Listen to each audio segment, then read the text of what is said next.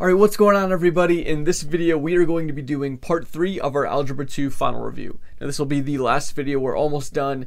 I hope you guys are enjoying the series so far. The part 1 and the part 2 videos, hopefully they're clearing some concepts up that you were a little unsure on before coming into this video. But anyways, let's dive in and see what we're going to be covering in this video.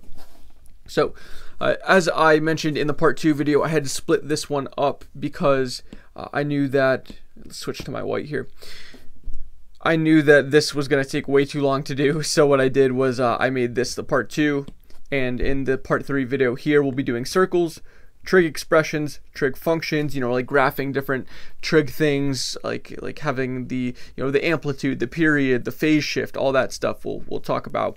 And we'll also touch on probability, which is my least favorite topic in Algebra 2. But yeah, we'll get that done. Alright, so before we move on and into our first problem here, I do want to note that if you are enjoying the series so far and you want to consider donating possibly, I do have links to Patreon, Venmo, PayPal in the description below, and also pin it in a comment as well, along with the timestamps, so you can go see those if you want.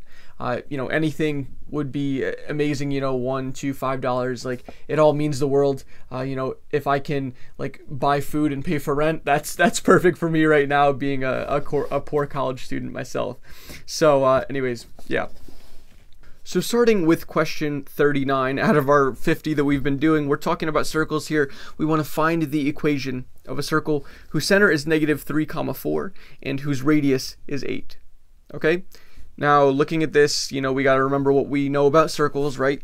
We know that in an equation of a circle that's centered at the origin is this, right? X squared plus y squared equals your radius squared. Okay, let's make sure we understand how that radius works. Okay, if we have something like x squared plus y squared equals 64, what's the radius of this circle? Well, r squared would be 64, right? So r, our actual radius, would be the square root of 64. Okay? So the actual radius of this circle would be 8. And that's exactly what we want. So we're going to have a 64 on this side. But we have to adjust the center here, right? Our center is -3, 4. And so we got to figure out how we're going to do that. All right?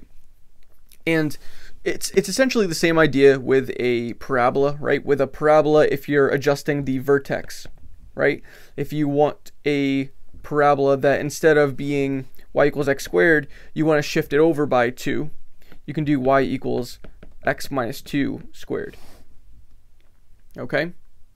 And that gives you something where the vertex has been shifted over. So instead of having, instead of having a parabola that looks like this, you now have a parabola that's shifted to the right too. Okay? Notice how the sign is different, right? So we have a -2 here, but we actually go over right. Okay? And if you're wondering, why that is, right? Because I was very confused on that. I was like, why is it, -2? And then we go to the right, why is it shifted like that? It's actually a lot simpler than you think. The reason why we shift right, let's think about what value of x will make our y 0, right? We're looking at the vertex here. What value of x will give us our new 0 when we shift this graph over by -2? Well, if we plug in x equals 2 now, right, meaning this point right here, that's how we get our y to be 0, right? That's how we get our y to be 0. We do y equals a 2 minus 2 squared, and that gives us y equals 0. And so our new 0, our new x-intercept, is right here, not over here. It shifts the entire parabola to the right, actually. Okay? Because what you should be thinking about isn't what this number is here, for shifting your parabola, right? It's this number here, right? What number would make this thing 0? And so that's kind of the same idea for a circle, right? And I don't want to get too complicated here, but just remember to flip the sign, okay? And so when you do that, you get a x. Remember, we have -3 here, so we're going to do x plus 3 squared. we have y, the y center is 4, so we're going to do y minus 4 squared, and that's going to equal 64. And that's our answer. Okay, so, pretty quick there. Moving on to problem 40, we want to determine the center and the radius of the circle given by the equation below. Okay, so we have this thing, written out with a bunch of, constants, a bunch of, we have like things like -6y, 10y, and it essentially looks like we have two separate parabolas here, right? Two separate quadratics. And so when you see a problem like this, you should really be thinking completing the square, right? That's how you end up doing, that's how you end up getting something like nasty like this into the equation that we had in the last problem. Okay, so giving you a step-by-step process here. That's a little gray. I want white. Okay, there we go. Step 1 is going to be to get all the constants to one side.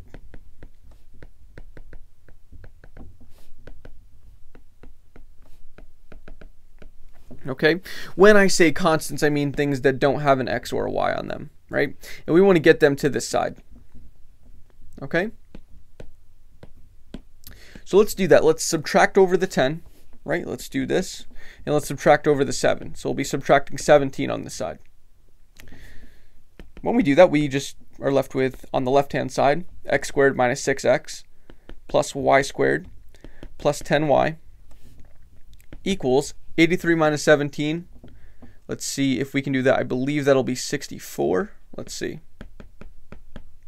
13. We get a 6. 7. No, that's not right. 66. I was wrong. It was 66. Okay.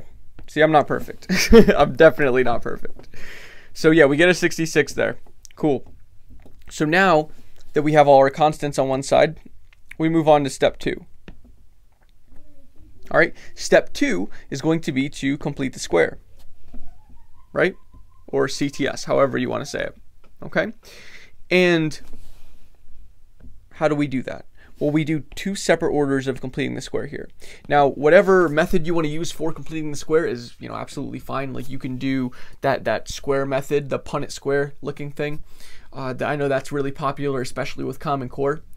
You can do other tactics as well. Like for me, what I do is I know that when you complete the square, like when we have the x squared minus 6x here, right?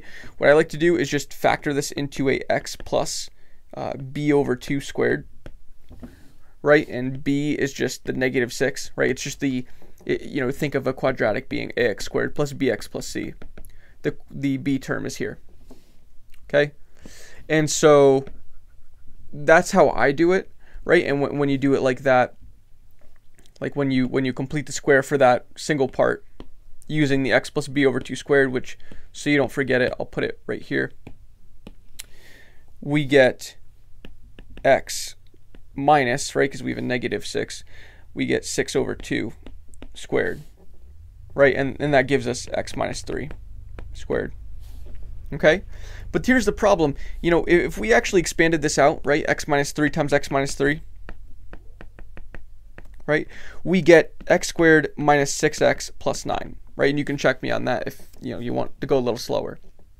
Okay, so we get these first two pieces, right? We get the x squared and the minus 6x, but we now have this plus 9 that we have to deal with, right? So that's what's left over after being able to write it, as something nice like x minus 3 squared. Okay, so what we have to do to account for this, since we have a plus 9 in here, we want to cancel that out, and we can do that by subtracting a 9 out here. And so what happens when we subtract a 9 here, this just ends up being x squared minus 6x. And so this ends up equaling this.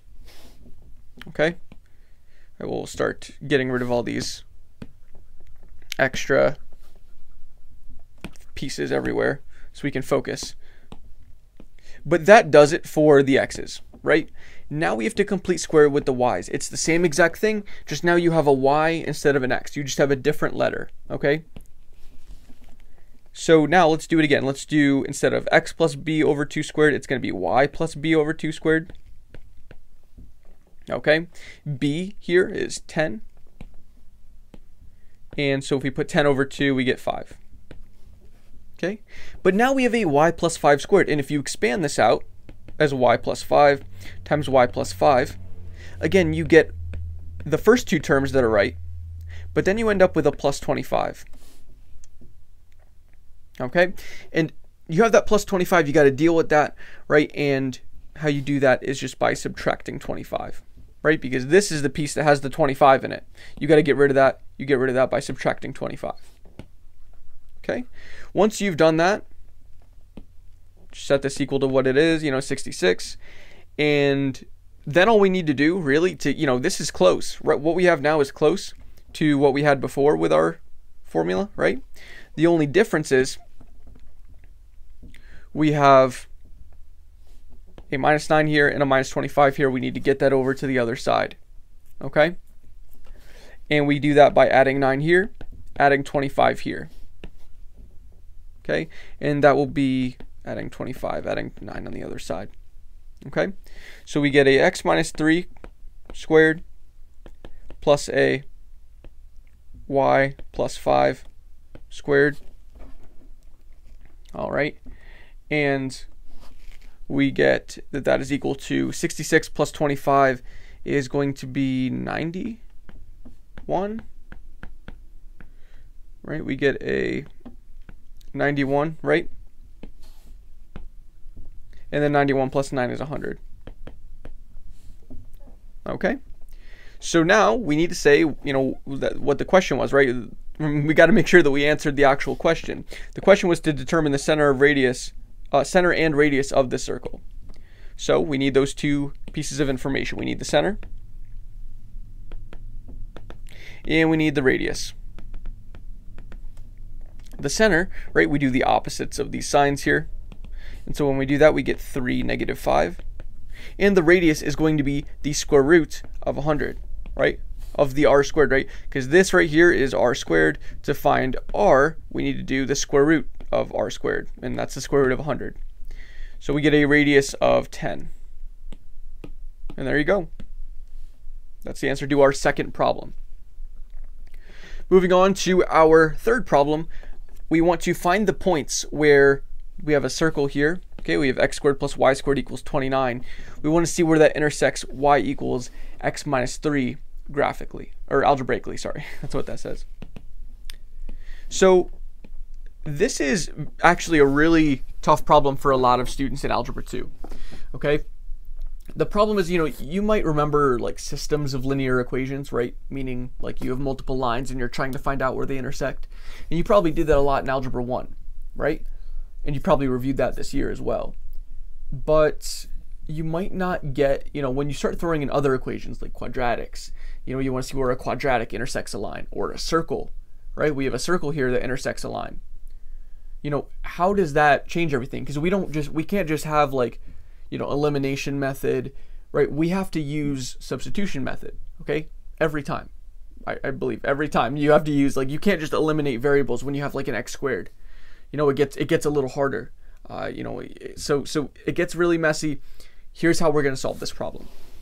Okay, so we have our two things that we want to find out where they intersect.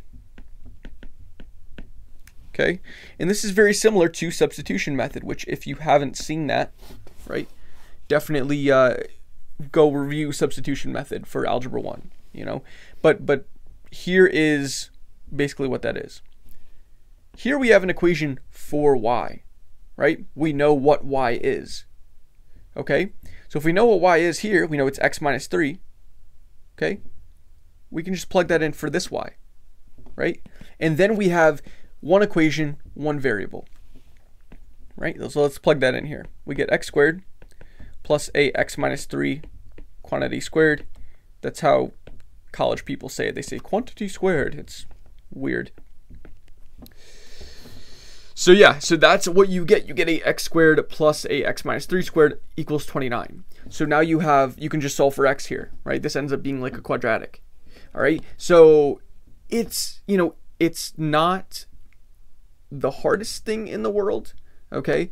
But it's, like, you have to understand, you got to plug the line into the harder thing, right, into whatever the more complex looking thing is. Because for a line, you can easily solve for y, right? And you can just plug that in, and it becomes really, really nice, okay? It becomes a lot harder, if you're trying to solve for y here and then plug that in here. No, that's not really gonna do much for you, okay? So let's expand this out, right? We have an x minus 3 squared here, and you may remember from last problem that that's equal to x squared minus 6x plus a 9, and you get a 29 there. Okay, and so just combining like terms here, we get 2x squared, we get a minus 6x, and then we have to subtract the 29 to this side. Okay, when we do that, we have a 9 minus 29 is going to be negative 20. Okay, now you might look at this and be like, oh my god, like this looks gross, we're gonna have to do some quadratic formula. But you actually don't, because look at we have 2's that we can take out, right? So divide each side by 2 next and make this a lot easier for yourself. You don't actually have to use quadratic formula here. Okay, and so you get x squared minus 3x minus 10 equals 0. Okay, now you just factor it. This is how I like to factor. I like to draw an x thingy, and then do 2 things that add to be negative 3, 2 things that multiply to be negative 10, and those 2 things, once you do a little bit of thinking, are negative 5 and 2.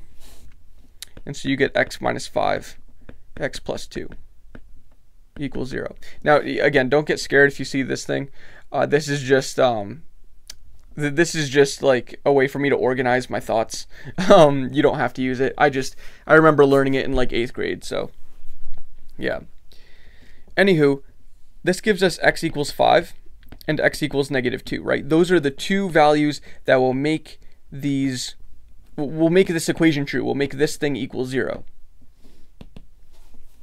All right, and so are we done?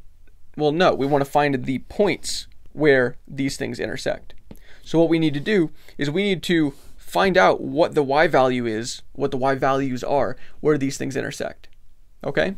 And how can we do that? Well, we could go through all the trouble of plugging all that x back into the circle, solving for y, or we could just do the line, right? That's a lot easier. So we'll use y equals x minus 3.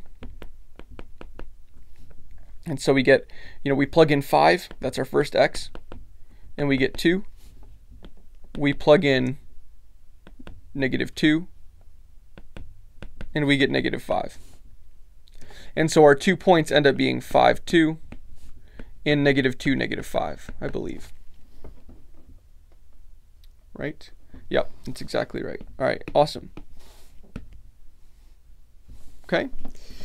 So, again, when you have a problem with, a line intersecting something that's not another line, right? When you have it's not like a system of linear equations, a system of linear equations, meaning like a system of lines, like multiple lines.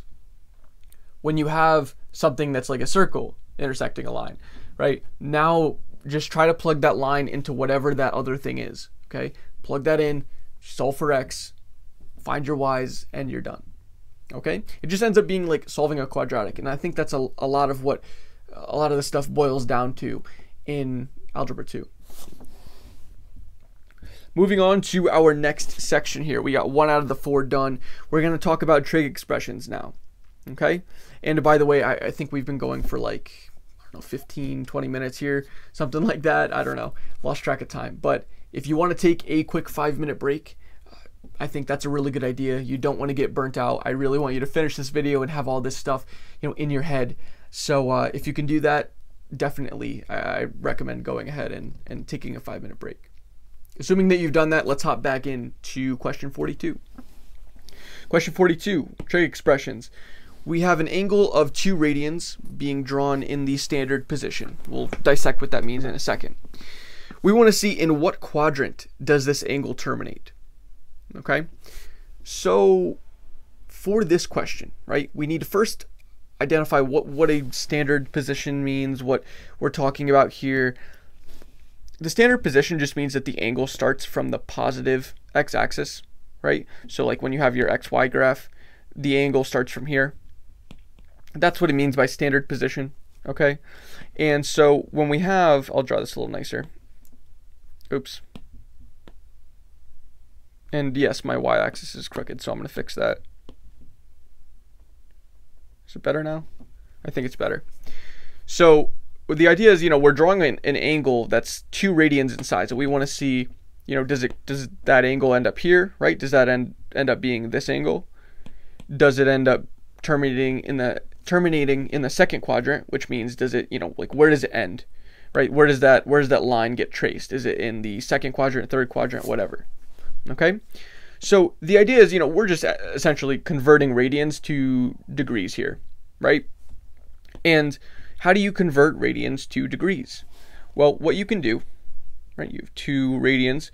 You want to multiply that, right, by, I believe, 180 over pi, right?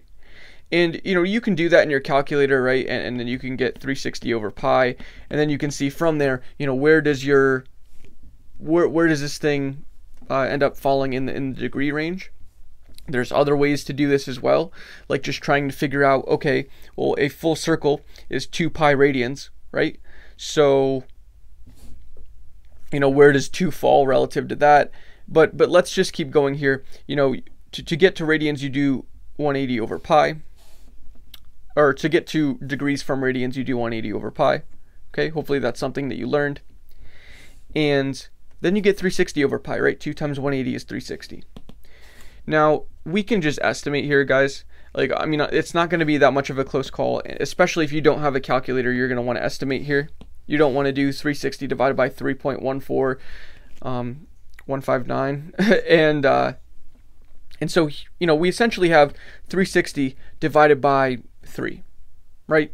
That's essentially what this is saying. And that's 120. Okay, that's something that should be a little easier for you guys to do. Okay, 360 divided by 3 is 120. Think about 12 times 3 is 36. Okay, and so this doesn't equal 120. It's about 120. And hopefully this angle right here is 90 degrees. This is 180. And so 120 easily falls in this range. Okay? And so we know from that, right, that this angle terminates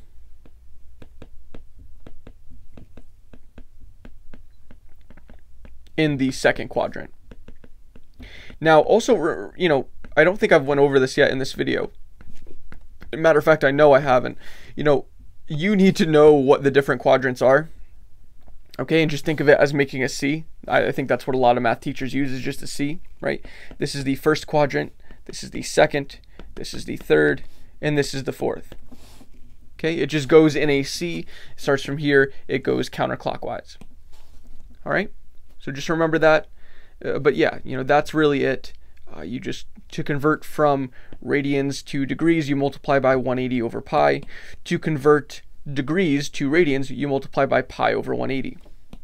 Okay, how do you remember that? Well, how I remembered it was, I very used to seeing radians being like 2 pi over 5, right? Or something like that with a pi in it.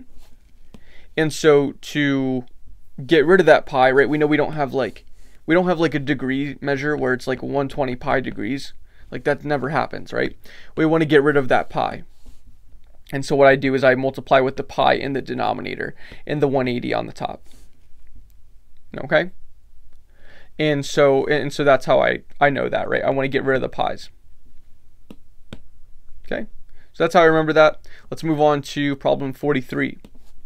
We have an angle theta extends into the second quadrant. Okay? If it is known that sine of theta equals 3 over 5, determine the value of cosine of theta. Okay? So to start with this problem, we are going to start by writing down SOHCAHTOA. Right? That's a great start for this problem because we're going to need it for this. Okay? We see sine in like a fractional form, and so that, that keys you in right away. We know that sine of theta is opposite over hypotenuse. Okay? And well, the opposite side would be 3 here, and the hypotenuse would be 5. So really, you should be thinking about a triangle in the second quadrant, right? We can draw it like this.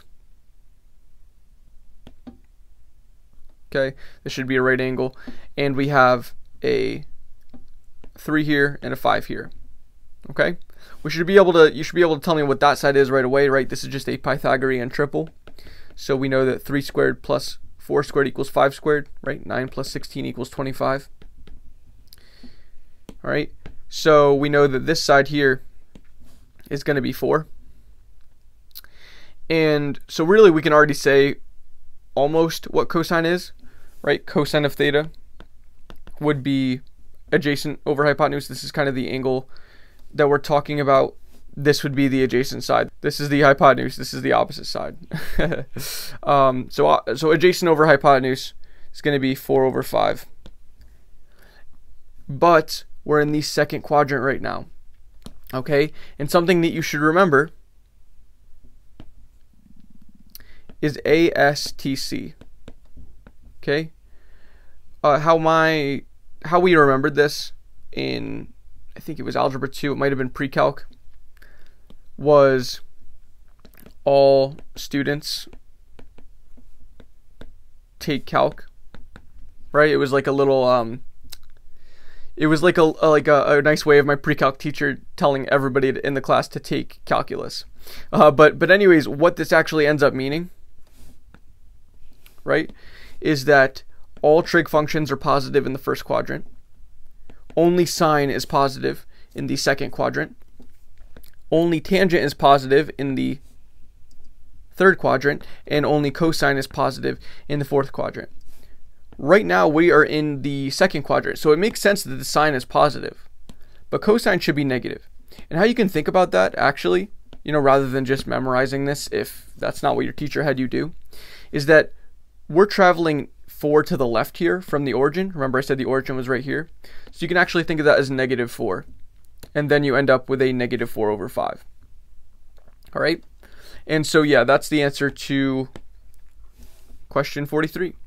All right, so moving on to problem 44. We're doing a little bit more of this kind of, having different trig functions in, different quadrants stuff. We have that we want to find 4 cosine of 330 minus 2 sine of 330. Okay? Now again, the whole idea of the all students take calculus thing, the all sine tangent calculus, or not calculus, cosine chart is going to be really useful here. We are going to want to use that to determine, whether this thing is going to be negative or positive. Okay, so we'll put that aside for just 1 second, because I do want to focus first on the 330 that we're dealing with here, right? This is a larger angle, and while you might know what the cosine of 30 or the cosine of 60 or whatever is off the top of your head, you probably don't know that for something like cosine of 330, right? So what we generally try to do when we see something like this is we want to get a first quadrant equivalent, okay? And what I mean by that is, what would this give us if it was in the first quadrant? Right? So how you do that is you just, these are fourth quadrant angles, right? These will terminate over here. So for fourth quadrant angles, what you do is you do 360 minus whatever your angle is. We'll call it theta. Okay? And that'll give you an angle in the first quadrant that you can deal with. If you're in the third quadrant, what you do is, I believe, 180 plus theta. Or no, that's not right. Hang on. Theta minus 180. Sorry.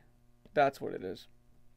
And then sine in the second quadrant, you would just do 180 minus theta. And of course, it would just be theta in the first quadrant because you already are in the first quadrant, right? But what this essentially does, because you might be wondering, like, what the heck are you writing down right now? If you plug in whatever angle you're dealing with here, right? And, let's say that angle's in the second quadrant. So you use 180 minus that angle. Right, that gives you an equivalent angle in the first quadrant. Let me show you what I mean by doing this with our fourth quadrant angles here. We know that we're dealing with 330, so we're in the fourth quadrant. We use 360 minus theta. We get 360 minus 330, right? That's theta here. That's our angle. and that gives us 30 degrees. Okay, 30 degrees, so that's our first quadrant equivalent angle. Okay, and so that's nice. So we can write down that this is equal to 4 cosine of 30 degrees minus 2 sine of 30. Wait a second. We're in the fourth quadrant right now, right? That's what our angles are, right? So while we are dealing with a first quadrant equivalent, right, in the 30 degrees, we need to also account for the sine, right? We know that sine is going to be negative in the fourth quadrant, right? Cosine's positive, so we don't have to do anything with this. But sine is negative. And so what we need to do, right, is negate this term. Okay, we need to make it negative, right? Because now sine of 30, we know that's positive, right? Every trig function is positive in the first quadrant. But what we originally had was sine of 330, right? That should be negative. And so it would be the same thing as writing this, but with a positive sign instead of a negative sign. Okay? So hopefully that makes sense. You know, the idea of, hopefully, you know, you did go over first quadrant equivalents and different things like that when you were taking, you know, when you were doing trig stuff in Algebra 2. But yeah. So from here, it's really just, you know, knowing your different trig functions, the unit circle stuff, and you know that cosine of 30 is rad 3 over 2, and sine of 30 is 1/2. And if you simplify this, you get 2 rad 3 plus 1. Okay? So that's really it. Now, I know a lot of you are probably struggling to memorize all those different, the unit circle stuff, all right? All the different, you know, like sine of 30, sine of 60, cosine of, you know, 45, whatever. And if you are struggling on that, I do recommend you actually go check out, it's one of the shorter videos, one of the first videos I did on my TikTok channel, which I can link in the description. Basically what I did was I did like a little trick to remember all of those. You just kind of jot it down. It's actually not really much memorization at all. So maybe that can help if that's something you're struggling with. Okay? But just for time's sake, I'm not going to go over that here. Okay? So now we're on our purple section here. We're on trig functions, and actually a quick note, you know, we've just went through 2 different sections, right? We're at the halfway point. We have 6 problems left. And so if you want to take a quick 5-minute break just so you don't get burnt out, feel free to do it. And yeah, I hope this video has been helping you so far. Anyways, let's get back into, assuming, you know, if you've taken your 5-minute break, we'll hop back into our problem. So for problem 45, we want to, for the function below, find the amplitude, period, frequency, phase shift, vertical shift, and range. So basically a whole mess of stuff, right? And we have our function here. All right. So first off, you know, we need to get this into the proper form, right? And you've probably seen that proper form before, right? What I'm talking about is y equals a sine. It doesn't matter if there's a sine or cosine here. Okay, that doesn't make a difference.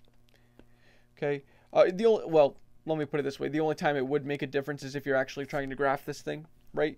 But it won't make a difference for anything of any of this criteria that we're trying to find. Okay, so the general form is a sine of b times x minus c plus d. Okay, that's the general form. Okay, and so we need something that looks like this. Okay, and sorry, I think I'm writing a little bit crooked here, so I'll have to fix that. But in this notation, we have a couple different things, right? We have A, B, C, and D. We need to know what those things are, right? We need to know that A is our amplitude. Okay, and it doesn't matter whether we have like a negative, the amplitude's always positive. Okay. B is called the frequency. Okay.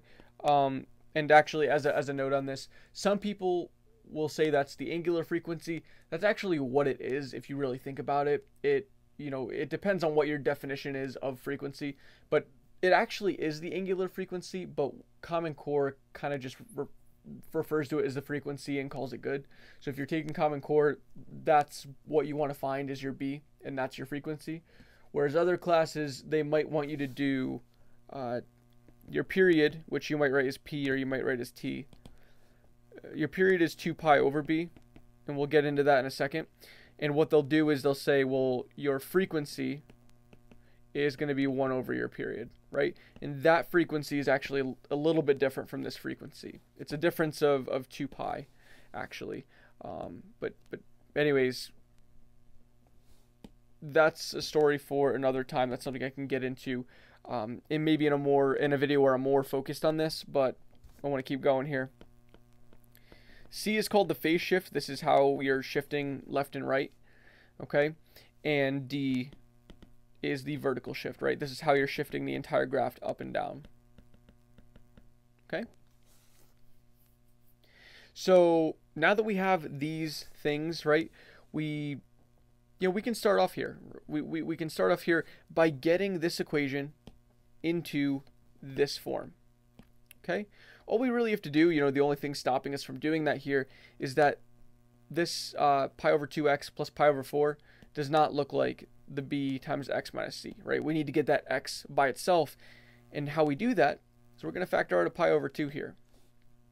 Okay, so let's do that. We'll write this as y equals -3 cosine of a pi over 2 times a x, and if you pull a pi over 2 out of pi over 4, you're left with a 1 over 2. Okay, and then we have our d out here, our +3. Okay, so now that we have it into the form to the left here, what we can do is point out our different things, right? We'll start off with the amplitude. Okay, the amplitude here is what? Not -3. Okay, we always take the absolute value of what's out front. Okay, the amplitude is 3. Okay, that's a measure of how high and low this graph is going, right? So you have your midline, that's kind of like the middle of your trig function, and how far away this trig function deviates from the midline is the amplitude. It's the height. All right, so the amplitude's 3. What's the next thing we're looking for? We're looking for the period. We'll find the frequency first because we need to find the frequency in order to get the period. The frequency is going to be b, right? And we see the b here is pi over 2. Hopefully you can see how this lines up with this. Okay. We can skip the period for now. We'll come back to it later. We'll talk about the phase shift and vertical shift quick. The phase shift here, remember, it's just like the circle from before. We got to flip that sign. And when we do that, right, we have a +1/2. We make that a -1/2. So our phase shift is -1/2. And what that means is that we're moving this entire graph 1/2 to the left. Okay. And then your vertical shift is just going to be +3, right? And that means that we're shifting 3 up. Okay. But there's 2 other things that we want to find here. Okay. And that is the period and the range, and I might actually tack on the midline too, because I know that gets covered a lot. Okay. The period is, again, 2 pi over b, and that would be equal to 2 pi over, remember our b was our frequency, that's pi over 2. Okay. Do a little bit of division with fractions here. You can write that as 2 pi over 1 divided by pi over 2, okay? And you just write this as having 1 in the denominator because you can, and then you do stay, change, flip, keep, change, whatever you call it, and you get your pi's canceling off and you're just left with 4. So this whole thing just ends up equaling 4.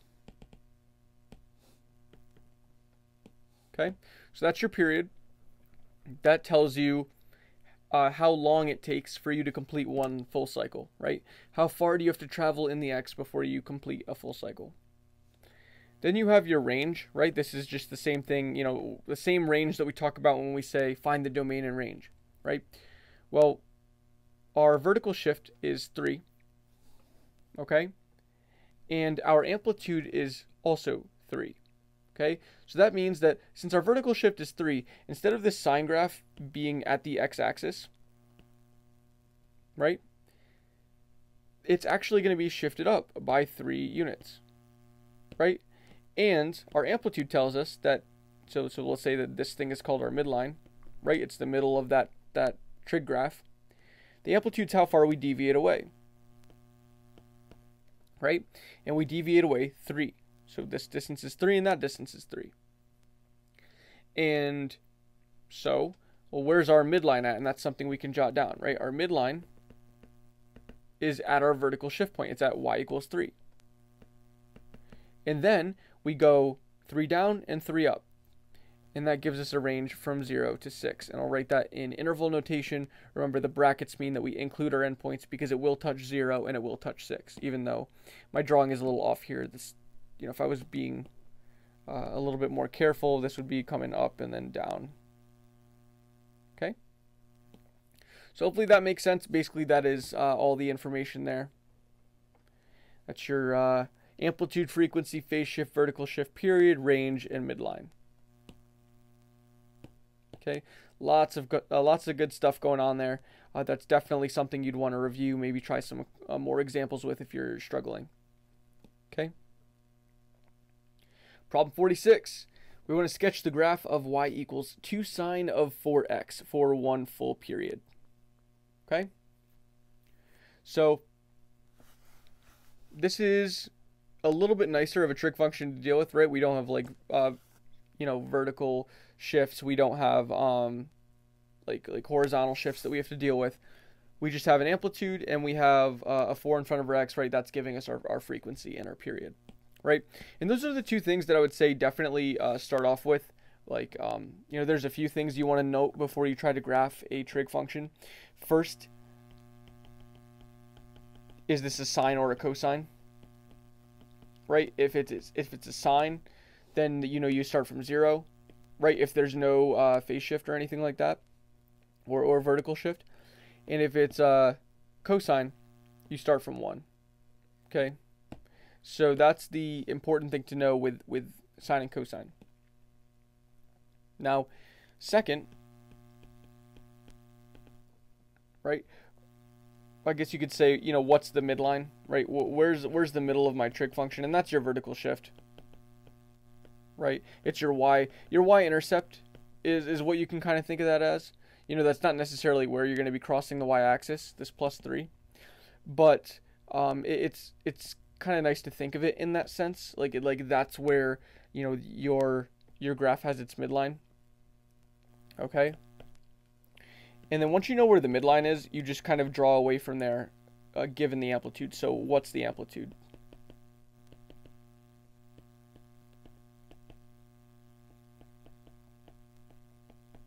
And then lastly, fourth, what's the period?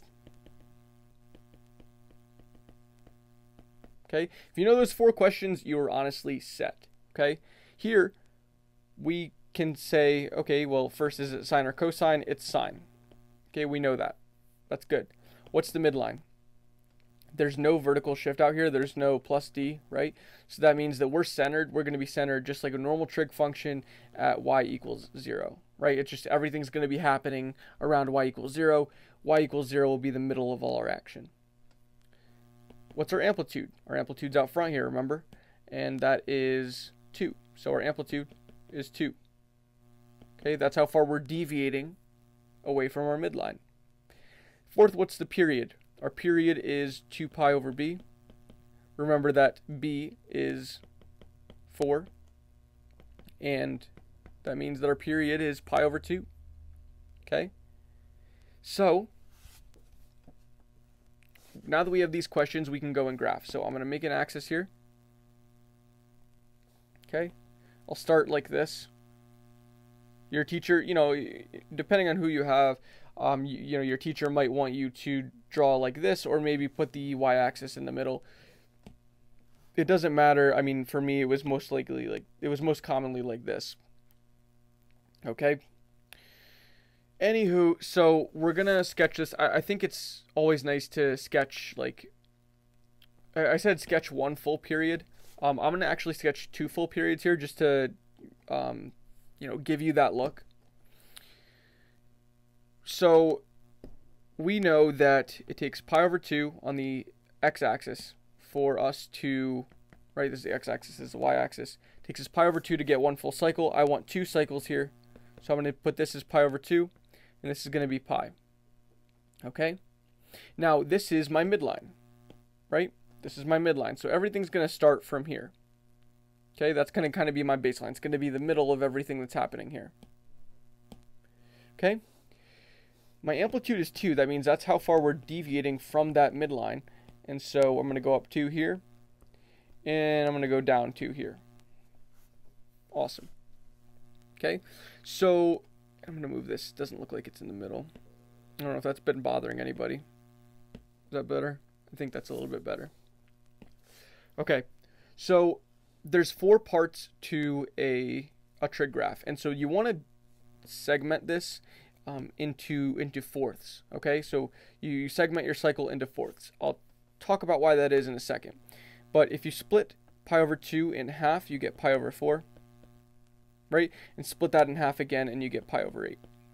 Okay, so we're just going to be counting off by pi over 8s here. That's going to be our smallest increment, right? So next we'd have 2 pi over 8. That's the same thing as pi over 4. Then we'd have 3 pi over 8. Then we'd have 5 pi over 8. 6 pi over 8, which you can write as 3 pi over 4. Okay, if that might not ring a bell right off the bat, just do this, divide it by 2 over 2. And you get 3 pi over 4. Okay, and then here you'd have 7 pi over 8. Okay, so you just count off. Okay, and so now what you do is you just start marking off points. Okay, and here's why we divided this into fourths. We're on a sine, right? And there's no vertical shift, so that means we're starting at 0. Or sorry, there's no horizontal shift, so we're starting at 0. Okay? At x equals 0 or y equals 0, that's it. Now, we're going to start by going up to the top, right? That's our first fourth. Then we go down. Then we go down. We go back up, and there you go. There's your first cycle. And that's what I mean by dividing into fourths. Here's your first point, second point, third point, fourth point. Okay, and they all happen at like these fourths increments. Okay, so then you go up again, down, down, and back.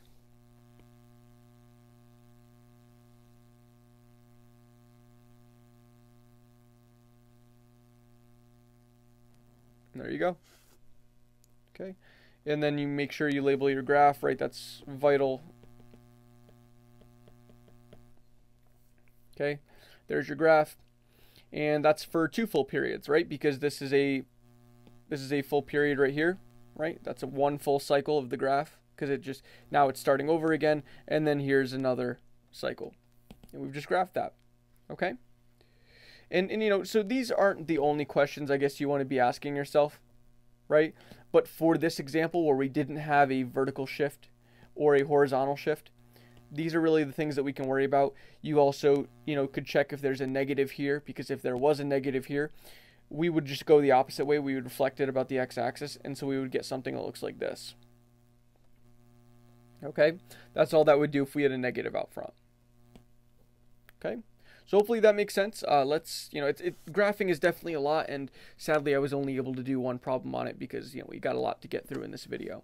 So if I make a video where I just specifically go through trig functions, graphing trig functions, all that stuff, that's going to be heavily covered, all the different cases and all that. So hopefully I'll have a video out on that soon. Problem 47, this is the last problem of our trig function section, and then we get on to probability, which I'm so excited for. All right, I'm bouncing a basketball up and down while walking, also called dribbling. Man, that was the joke. The joke was that it's dribbling. The path that the ball travels is given by the equation below, where h represents the height above the ground, find the max and min height of the basketball and the amount of time it takes for the basketball to return to its maximum height. Okay, so jokes aside, what are we actually finding here? Let's read that last part again. Okay, find the maximum and minimum height. Okay, that sounds an awful lot like the range, right? And the range is, we get the range, remember, from this range came from our amplitude and our vertical shift.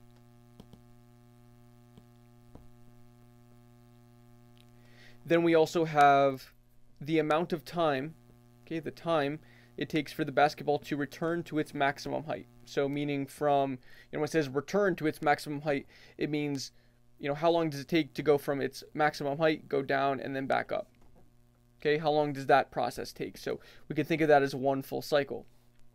Okay, so essentially what we're trying to find here is the range, and basically, the time it takes for one full cycle is called the period. Those are the two things that we're trying to find here. So when you have a word problem, right, that's essentially what you need to be thinking. Okay, you need to be thinking, what are we trying to find here? Are we trying to find the vertical shift, the range, the phase shift, the period, whatever. Okay. All right, so let's get started here. We'll get cracking on this. We can see that we have a couple features here of this graph, right? We have an amplitude, we have a frequency. Okay, we don't have any horizontal shift. The horizontal shift would be in the cosine if it was there. And we also have a vertical shift here. Okay, so first let's talk about our range, right? So we know, okay, it doesn't matter if this is a sine or cosine because we're not trying to graph this right now. But we do know that we have a vertical shift here, right? So our cosine isn't just going to start on the x-axis, right? That's not where its midline is going to be. Its midline is actually going to be up at 2.25, right? And it's going to be doing something like this. Okay? And that's what the vertical shift does. It just raises your graph from something like this to what I drew before. So that's what we're going to be oscillating around, right? This is oscillating, going back and forth is called oscillating. Okay? And so really, we just want to see how far are we going down and how far are we going up. What is that quantity called? It's the amplitude, right? And so we're going 2.25 plus the amplitude, that's 2.25. And at our maximum height, we would be at, 4.5. And at our minimum height, we would be at, 0, right? That's minus 2.25. Okay, it's kind of weird because the vertical shift is the same as the amplitude, right? But this is where I'm putting in the vertical shift, and these are the amplitudes. Okay, so if that's confusing you, that's what I mean. The reason why I had to make in the problem when I was creating this clever problem, and you can tell that I made this problem because this joke at the beginning was the dumbest thing ever, but I had fun with it. Anyways, enough about my life story. So the basketball won't be bouncing off of the ground if I didn't make these numbers the same. Like think about if I made this 5, right? The basketball would be bouncing at like a height of not the ground. So it would be weird. Anyways, so long story short, that's your maximum and minimum height, right? 0 and 4.5. Okay, I never gave you units for this problem, which is something I probably should have done. But let's say that it was in feet. Like if it said where h represents the height in feet, that's what you would do. Okay, so min height, to really answer the question here, your min height is 0 feet, and your max height is 4.5 feet. Okay.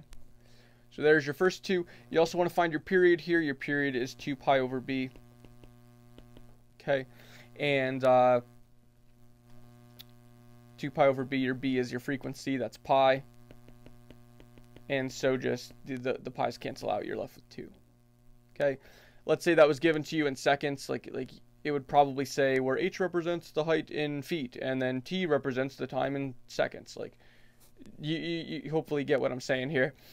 So let's say that the time was given to you in seconds, and this was actually like a polished problem and everything, which I apparently have failed to do. So yeah, your period would be 2 seconds. That's how long it takes from the ball to hit the ground and then come back to your hand. Bam. Okay, and there you go. That's not 25, that's 2 seconds. So, yeah, sorry about that. Okay, so, all right. Now we are going to hop into our last section here. That's going to be on probability. After we talk about probability, we'll be done. That'll be it for your Algebra 2 final review.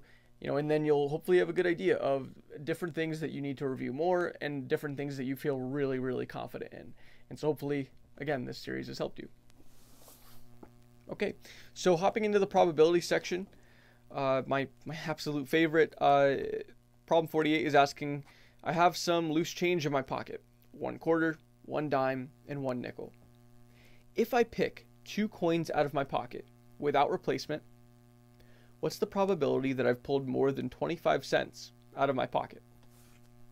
All right, so we have 3 different coins, right? We got a 25 cent coin, right? A quarter. We have a dime, which is 10 cents. I hope you're not watching this from like another country right now and you don't know what these are. That would be weird. Anyways, shout out to all of you that are, and that just got completely perplexed by my problem. But anyways, yeah, so you got a quarter, that's 25 cents, a dime, which is 10 cents, and a nickel, which is 5 cents. Okay? And you're picking 2 coins out of your pocket, okay? And you want to know, well, what's the probability that you've picked more than 25 cents out of your pocket? Now, we can just do this with like a tree diagram, right? So if we've picked a quarter out of our pocket in the first time, the next time around, we could pick 2 things, right? We're not replacing this quarter, right? Now in our pocket, there's a 10-cent coin and a 5-cent coin, okay? Those are the 2 possibilities. Now, moving on to the 10-cent coin, if we pick that dime out of our pocket, the other 2 coins that we have left to choose from in our second pick is the quarter and the nickel. Okay? And then if we pick the nickel first, then we can pick the dime or the quarter. Okay? And so really what it just is here, you know, how much have I picked out in total? Well, let's see. If we pick the quarter and the dime, we get 35 cents total. Okay? If we pick the quarter and then the nickel, we get 30 cents total. The dime and the nickel, or the dime and the quarter, 35 cents. The dime and the nickel is 15 cents. Nickel and the dime, 15 cents. And then the nickel and the quarter is 30 cents. Okay? So hopefully you can see here, you know, you've pulled more than 25 cents out of your pocket on 4 of these 6 total times, right? So it's very likely that you'll actually, you know, pick more than 25 cents out of your pocket. So what we write is that the probability that this event happens, okay, the probability is going to equal 4 out of 6, right? There's 4, again, there's 4 times out of 6 total possibilities that will give you something greater than 25 cents. And of course, we can simplify that by dividing by 2 over 2, okay? And we simplify that down to 2/3. And so that is the probability for the first problem. Moving on to the second problem, this is probably the hardest probability problem I have for you. 2 events, A and B, have probability statements below. What is P of B?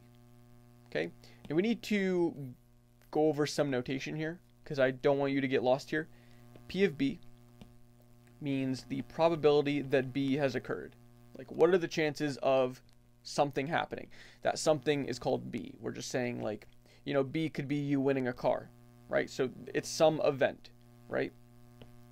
So what's the probability of B occurring? That's P of B.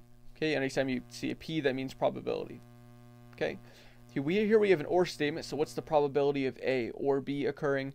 What's the probability of A and B happening? And then this one, the bar, means what's the probability of A occurring given that we know that B has already occurred. Like we know that B has occurred. Now, what's the chances that A has also occurred?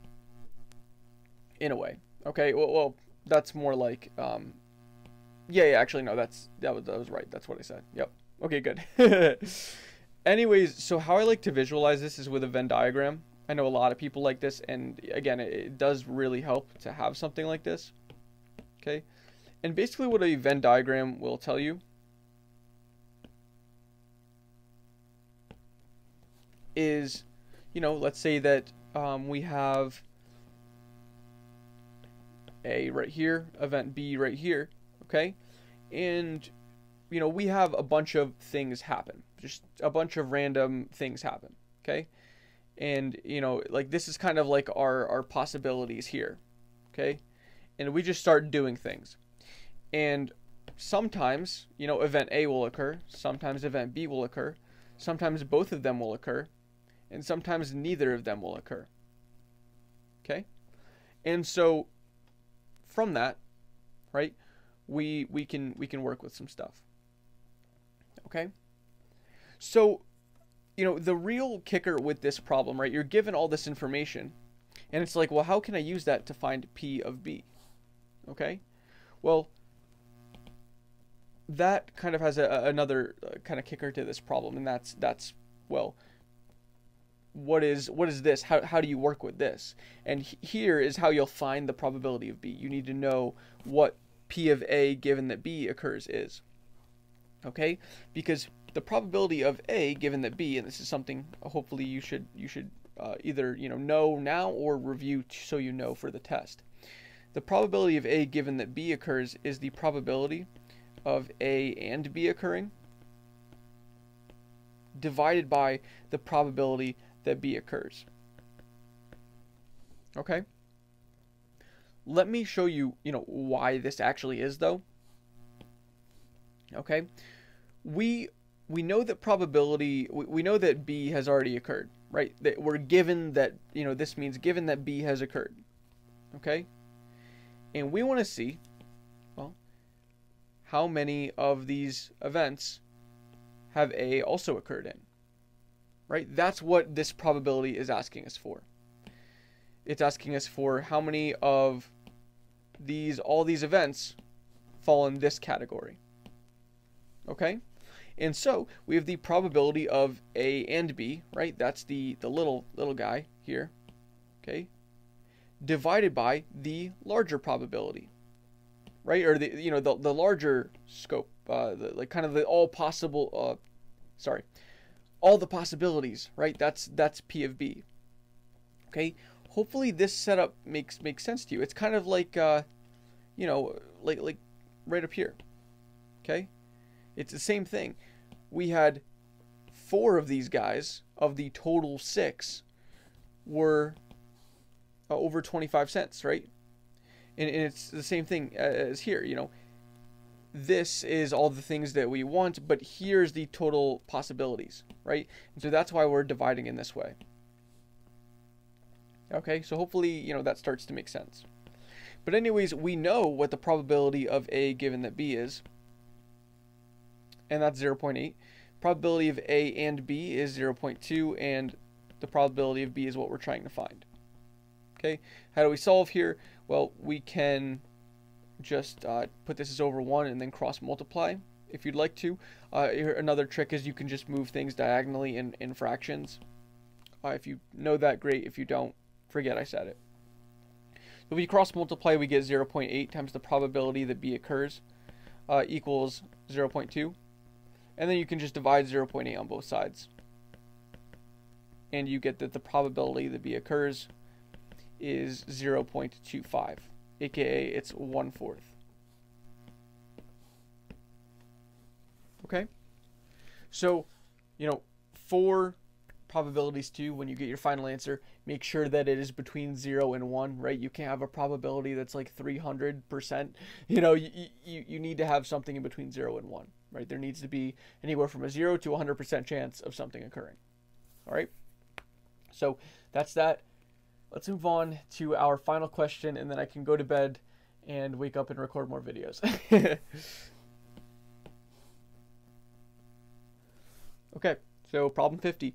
The spinner below is spun once. If E is the event of landing on an even number, L is the event of landing on a number less than 5, and P is the event of landing on a prime number, calculate the probabilities that follow. All right, so first is the probability of E occurring, right? E is the event of landing on an even. So what's the probability that we land on an even in the spinner? Okay, common sense should tell you, that's going to be 1/2, right? Like that, there's 4 even numbers there out of a total 8. So we get that is going to be 1/2, right? So we can, A, 1/2. Now what about B? What's the probability of E occurring given that P has occurred? Okay, what's the, in saying that fully out, what's the probability of landing on an even number given that we've landed on a prime number? Okay, well, let's see. What are all our prime numbers here? Our prime numbers are 2, 1 doesn't count, 2, 3, 5, and 7. Those are our prime numbers. Okay, so now that we know that we've landed on a prime number, what's the probability that we've landed on an even number? Well, out of the 4 possible cases here, only one of them is a even number, right? Only the 2. And so we know that our probability is just going to be 1/4. Moving on to C. What's the probability of E occurring given that L has occurred? So what's the probability of landing on an even given that we have landed on a number less than 5? Okay, well, any numbers less than 5 are right here, and 2 of them are even. So our probability of landing on an even number, given that it's less than 5, is going to be 2 out of 4, or 1/2. Okay. And then lastly, and then this is a little bit of terminology, right? Does event E depend on events P or L? Okay, justify your answer. So what we need to know about independence, right? This is something that we should know, okay? If we have let's say for here, the probability of E occurring, given that L has occurred, is equal to our probability that E has occurred, right? This probability is 1/2, and this probability is 1/2. They're equal, okay? And that means it doesn't matter if we know that L has occurred or not, okay?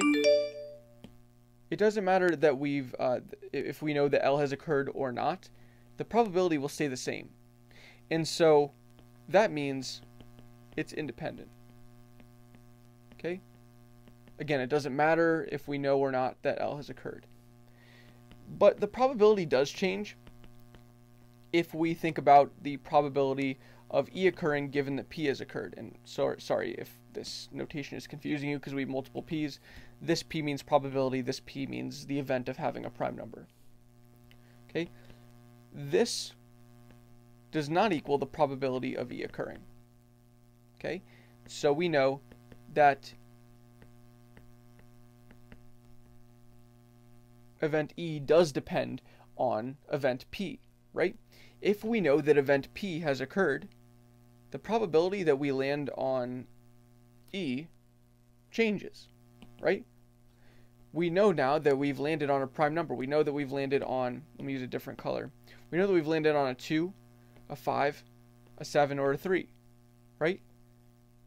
now we're asking, okay, well, what's the probability that we landed on a prime number? Well, it would be 1 out of the full possible 4. Sorry, that was supposed to be 4. 1 here, here, here, and here. Okay, so in that sense, yes, if we know that, P has been landed, we know that we've landed on a prime number, that will change the probability of us, that will change the probability of us knowing that we've landed on an even number. Okay, so that's the answer for D. That is going to wrap it up here. Okay. And yeah. So sorry, I was a little bit like this kind of stuttering towards the last couple problems. I'm getting a little tired here. But anyways, yeah. So I hope this series has helped you guys. Definitely recommend it to anybody that you think it can help. If you want to consider donating, I would really appreciate it. Just I have my links in the description down below. It would mean the world to me because, again, like I'm trying to afford like food right now as like a broke college student. But yeah. Anyways, thank you guys so much. Let me know if you have any questions in the comments down below, and yeah, I'll see you soon.